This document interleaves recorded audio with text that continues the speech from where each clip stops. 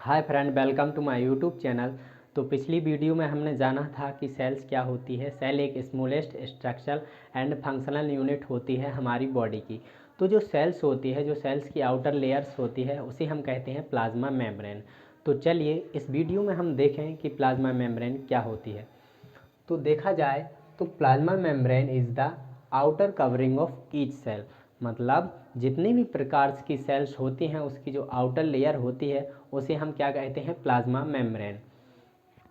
तो ये सेल्स का हमारा डायग्राम है एंड ये जो आउटर लेयर आप देख पा रहे होंगे ये होती है हमारी प्लाज्मा मेम्ब्रेन। तो देखा जाए तो वह थिन मतलब ही पतली होती है एंड डेलिकेट मतलब ही सॉफ्ट होती है एंड इलास्टिक होती है and selectively permeable and semi permeable living boundary. ये सिलेक्ट किए हुए सब्सटेंस को ही अंदर जाने देती है एंड बाहर निकालती है। तो देखा जाए तो providing separation intracellular fluid and extra cellular fluid.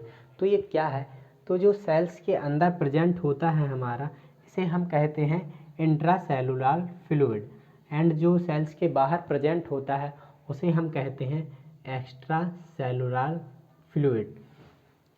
तो जो सेल्स मेम्ब्रेन है इसमें प्रोटीन कितना पाया जाता है, 55%, ठीक है। एंड जो लिपिड है वो होता है 40%।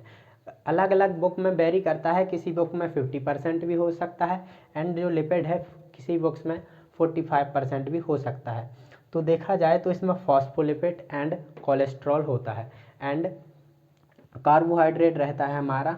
हाय फ्रेंड, जो प्लाज्मा मेम्ब्रेन है उसका एक स्ट्रक्चर प्रॉपरली तरीके से प्रोवाइड किया था, वो किया था फ्लूइक मोसैक मॉडल ने, ठीक है। सिंगर न्यूक्लोसन ने 1972 को प्रोवाइड किया था, जिसे हम प्रॉपरली तरीके से रीड करते हैं। तो ये इस प्रकार का हमारा प्लाज्मा मेम्ब्रेन का स्ट्रक्चर है एंड फास्फोलिपिड होता है, इसमें प्रोटीन मॉलिक्यूल्स होते हैं, कोलेस्ट्रॉल होता है एंड कार्बोहाइड्रेट होता है। तो इस प्रकार का हमारे प्लाज्मा मेम्ब्रेन का कुछ इस प्रकार से स्ट्रक्चर है। तो देखें तो जो प्लाज्मा मेम्ब्रेन है वो किससे बनी होती है, हमारे फॉस्फोलिपिड से, ठीक है। फॉस्फोलिपिड से बनी होती है एंड देखा जाए तो इसमें प्रोटीन अरेंज रहते हैं। मतलब जो फास्फोलिपिड है एक फ्लूइड की तरह होता है एंड जो इसमें प्रोटीन तैरते रहते हैं, जिस प्रकार वाटर पानी में आइस तैरते हैं, बर्फ़ तैरते रहते हैं, उसी प्रकार बिल्कुल सेम इसमें प्रोटीन्स प्रेजेंट होते हैं। तो जो cell membrane is composed of lipid arrange in bilayer. जो लिपिड मतलब जो फॉस्फोलिपिड एंड कोलेस्ट्रॉल है वो किस प्रकार से अरेंज रहते हैं, चलिए देखें। तो कुछ इस प्रकार से अरेंज रहते हैं हमारे फास्फोलिपिड।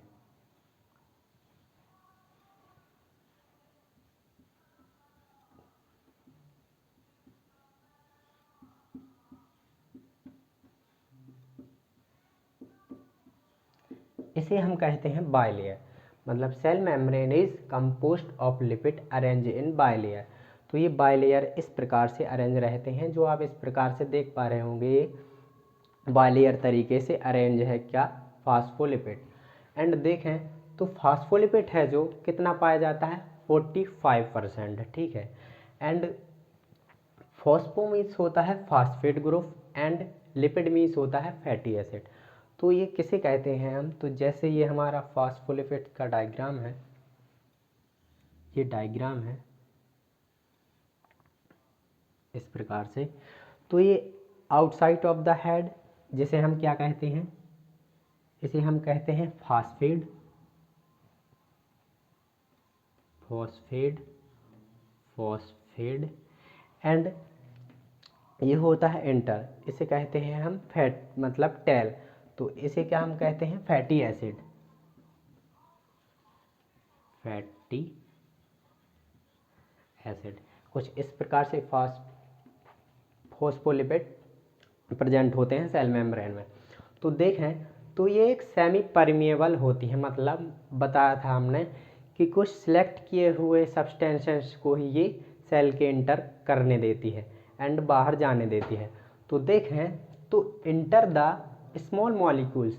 अब जो स्मॉल मॉलिक्यूल होते हैं, जो नीड होती है, उन्हीं को ये अंदर जाने देती है, क्योंकि ये सेमी परमिएबल होती है। तो किसे, O2। अब O2 को क्यों, क्योंकि ये O2 एक मेटाबॉलिक एक्टिविटी जो सेल्स की होती है, मतलब नीड होती है सेल्स को, उसे इंटर करने देती है एंड CO2 को सेल से बाहर निकालने देती है, क्या, सेल मेम्ब्रेन। तो जो लार्ज मॉलिक्यूल्स हैं जैसे ग्लूकोज हो गया and other sugar ions can not, मतलब ये इनको बाहर नहीं, मतलब अंदर नहीं जाने देती, क्या, सेल मेम्ब्रेन। लेकिन जब बहुत ज़्यादा नीड होती है, सेल्स को ज़रूरत होती है, तो ये बहुत टफली तरीके से किसके ज़रिए जाते हैं, प्रोटीन के ज़रिए। कौन हेल्प करता है ना ले जाने में, जो प्लाज्मा मेम्ब्रेन है, ये प्रोटीन। इसमें से जो आप ये इसकी देख पा रहे होंगे, इसमें से प्रोटीन में से आते हैं कौन, फिर शुगर आयन, जब सेल्स को अधिक ज़्यादा नीड होती है, ठीक है। And water can not pass by diffusion, तो वाटर भी मतलब जो पानी होता है उसे भी नहीं आने देती, लेकिन जब बहुत ज़्यादा नीड होती है तो ये भी बहुत टफली तरीके से इंटर हो जाता है हमारी सेल मेम्ब्रेन के अंदर। तो कुछ इस प्रकार से सेल मेम्ब्रेन का जो स्ट्रक्चर है होता है और थोड़ा वर्क होता है। तो अगर वीडियो थोड़ी सी भी नॉलेजेबल लगी हो तो कृपया लाइक एंड सब्सक्राइब करना तो ना भूलें। Thank you.